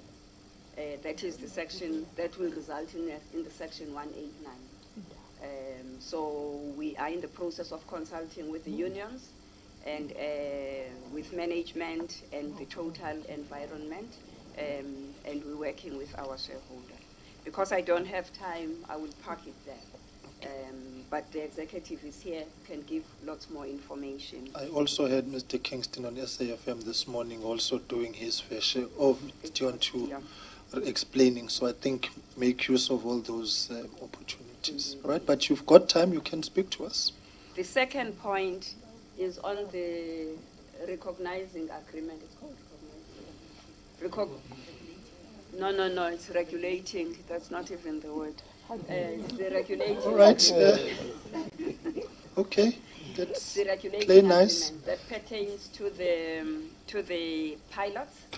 It has been in existence since 1988, and it is fairly onerous, very costly. It imposes major limitations in terms of whatever can be done in that space, to the extent that even crew per aircraft and the rest periods and so on. We are also addressing that, getting in consultation with the Pilots Association, and it's going to be a mighty dance, but that's another area that we are working on. Again, it is part of the restructure of the organization, because there's a lot of costs that can be removed from the organization were we to succeed in making it more amenable to the size of the operation that we have. The third area is the salary increase demands. In terms of the regulating agreement, every year the pilots have got to get a certain percentage of salary increase, whether the company can afford it or not. This year, for instance, the pilots are entitled to getting 5.9% salary increase. And we are engaging with them in terms of that, but they are legally entitled to getting that. It is an agreement that is legal. And then when it came to negotiating with the other unions in the company, obviously there was reluctance for them to shift on anything short of the 5.9 that the pilots were getting, irrespective of the fact that the RA does not cover the other unions. Demands have been placed on the table for 7.5, for 8%, and so on. And SAA cannot afford any salary increases. We should be talking about salary sacrifices. We should be talking about salary freezes. We should be talking about people volunteering to take short salaries, given we are trying to be all on the same side to reinvigorate and transform and turn the business around. Those are the discussions that are supposed to have been held, but unsuccessfully, and because the consultations have not succeeded, then the unions have gone to the CCMA, and they have non-resolution certificates, which mean that they can declare strike in 48 hours. We have received a notification of strike from, this morning from NUMSA and SACA, 2 unions, and that's the cabin crew. And once there is no cabin crew in an aircraft, that aircraft can't take off. Those are the issues that we just thought let us sensitize you to, so that you are aware of this. You are not surprised when you see things happening at Airways. We thought let's take advantage of being here to share this. As you said, it's not on record, or it's not an official report. We'll have to have a proper discussion on the 27th when we come back, where we articulate the turnaround strategy properly. Colleagues, I don't know whether you want to add anything. If I may, let me just add. First of all, Chair, I want to thank you for your forbearance. We acknowledge that we have not complied, just for the avoidance of doubt. We're not suggesting that we have complied. I think we need to correct that. When Honourable Khadebe raises his questions, which we'll address on the 27th, all of it goes to the heart of the financial viability of this enterprise. The financial viability of this enterprise such that the taxpayer bears no burden. The very point, Chair, that you made. We're very focused on this issue. The financial viability of this airline is dependent upon 2 things. One is the maximization of its revenues. Second is the minimization of its costs. on a fit-for-purpose basis in an industry where there is not only open competition, but open warfare.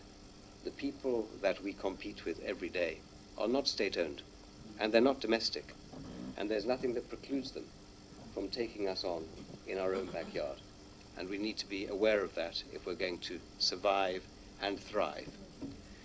The points that the Chair makes with respect to our Section 189 process, with respect to the regulating agreement, with respect to the wage demands and freezes, all impact upon our financial viability, today, tomorrow, and into the future.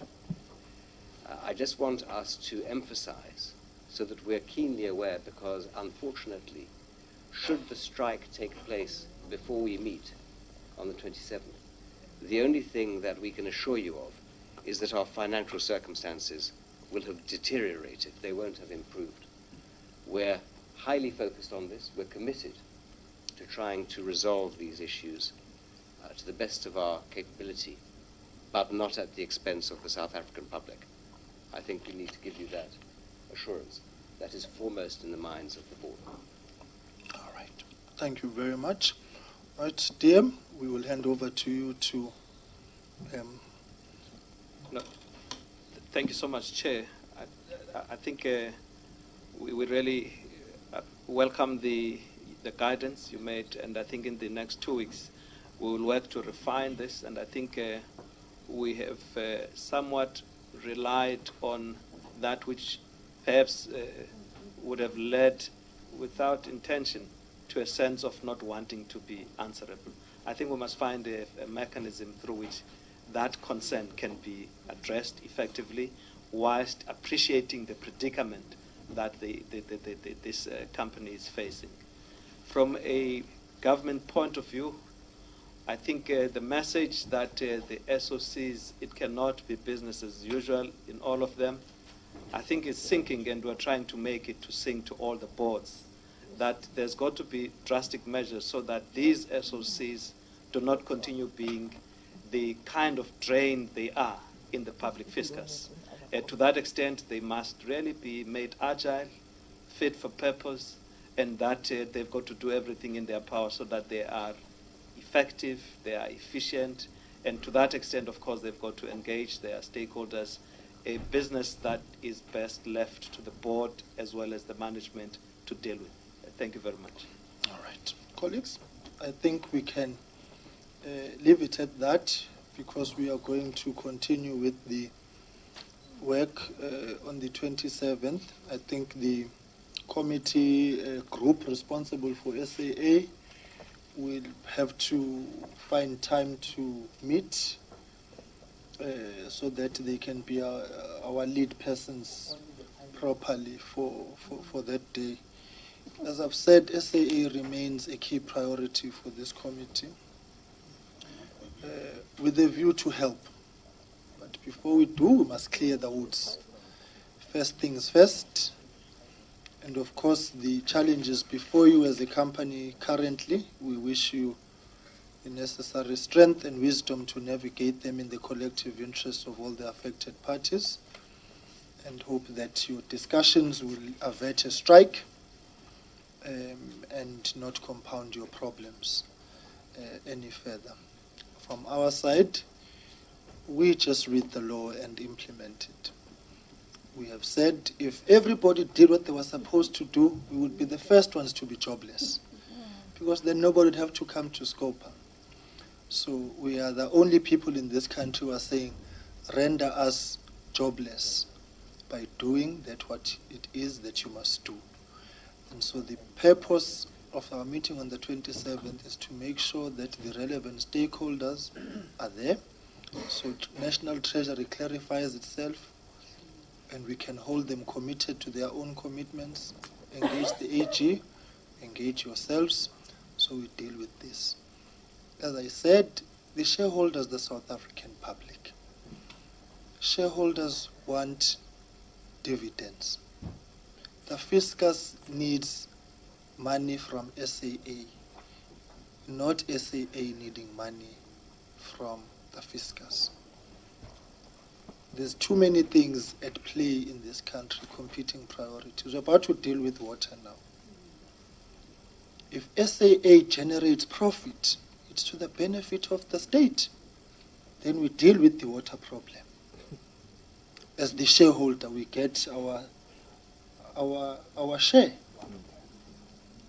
So the